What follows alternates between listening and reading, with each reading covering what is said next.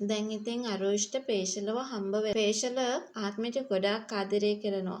ඉතින් ඒ වගේම පේෂල හැමදාමත් අරුෂ්ට බය වෙලා ඉන්නේ නැහැ. අනිත් එක පේෂල දන්නවා ආත්මෙ කොහෙන්ම අරුෂ්ට කැමති නෑ කියන එක ගැන. අරුෂ තමන්ගේ ජීවිතයෙන් ඈත් කරලා දාලා තියෙනවා සහ ජීවිතේ කවදාවත් නැවතවතාවක් එකතු කරගන්නට බලාපොරොත්තුවකුත් නැහැ. මේ දරුවා මගේ කියලා කිව්වට මේ දරුවා අරුෂ්ගෙත් නෙවෙයි කියන එක මේ වෙනකොට පේෂල දන්නවා. ඉතින් ඒ නිසා පේෂල මේ අරුෂ් එක්ක ගනුදෙනු කරනකොට කිසිම බයක් ඇති කරගන්නේ නැහැ. පහුගිය දවස්වල Taman ඉවසීමෙන් හිටියා. හැබැයි අරුෂ් මේ ඉවසීම ලඳ බොළඳකමක් විදිහට තමයි දැක්කේ. අනිත් එක Tamanට කලින් සැරේ පැහැරගෙන ගිහිල්ලා පහර දීලා ගැට ගහලා තියලා ගොඩාක් වද හිංසා පැමිණුවා. ඉතින් ඒ හින්දා Taman හැමදාමත් ඉවසන්න ඕනේ නැහැ කියන එක තමයි පේෂලගේ හිතේ තියෙන්නේ. ඉතින් ඒ නිසා දැන් අරුෂ් කියන්නේ ආත්මිකෙන් පේෂලට ඈත් වෙන්න කියලා. හැබැයි දරුවගෙන්වත් ආත්මිකෙන්වත් Taman ඈත් වෙන්නේ නැහැ. Taman ආදරය කරන එක නවත්තන්නෙත් නැහැ. ඒ වගේම ආත්මෙත් එක්ක කතා කරන එක, ආත්මෙට උදව් කරන එක, ආත්මෙ බලා ගන්න එක, දරුවා බලා ගන්න එක මේ කිසිම දෙයක් නවත්තන්නට Tamanට උවමනාවක් නැහැ. අරුෂ් මේ දේවල් නවත්තන්න කියලා බලහත්කාරයෙන් කිව්වත් Taman මේ දේවල් කරන්නේ නැහැ කියන එක මූණටම කියනවා. ඉතින් කොහොමනත් අරුෂ්ට මෙතනදී ගොඩාක් තරහ ගිහිල්ලා කොරල්ලකින් අල්ලලා අනිවාර්යයෙන්ම පේෂලට කරදර කරන්න උත්සාහ කරනවා වෙන්න පුළුවන්.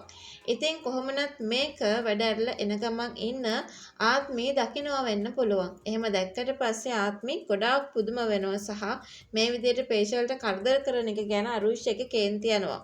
අරුෂ් වෙනස් වුණා, දරුවා නිසා වෙනස් වුණා. දැන් එයා වෙනම කෙනෙක්.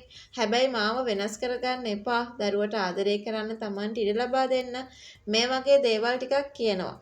ආත්මියව බාරගෙන Tamanගේ කසාද නෝන එළියට දාලා ආත්මෙත් එක්ක දරුවත් එක්ක ලස්සන පෞල් ජීවිතයක් ගත කරන්න අරුෂ්ට උමනා වෙලා තියෙනවා. හැබැයි ඉතින් ආත්මිට කිසිම දෙයකට කැමැත්තක් පළ කරන්න පුළුවන් කමක් නැහැ.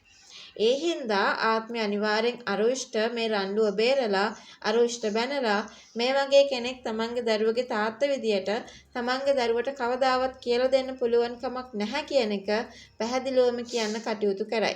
දිගින් දිගටම දැන් පේෂලට හරි මේ ගෙදර කට්ටියට හරි කරදර කරගෙන එනවා නම් තමන්ට පොලිසිය යන්න වෙනවා කියලා සහ තමන්ගේ ආත්ම ආරක්ෂාව වෙනුවෙන් වැඩ කටයුත්තක් සංවිධානය කරගන්න වෙනවා කියන එක ආත්මය මෙතනදී පැහැදිලිව කතා කරන්න පුළුවන්.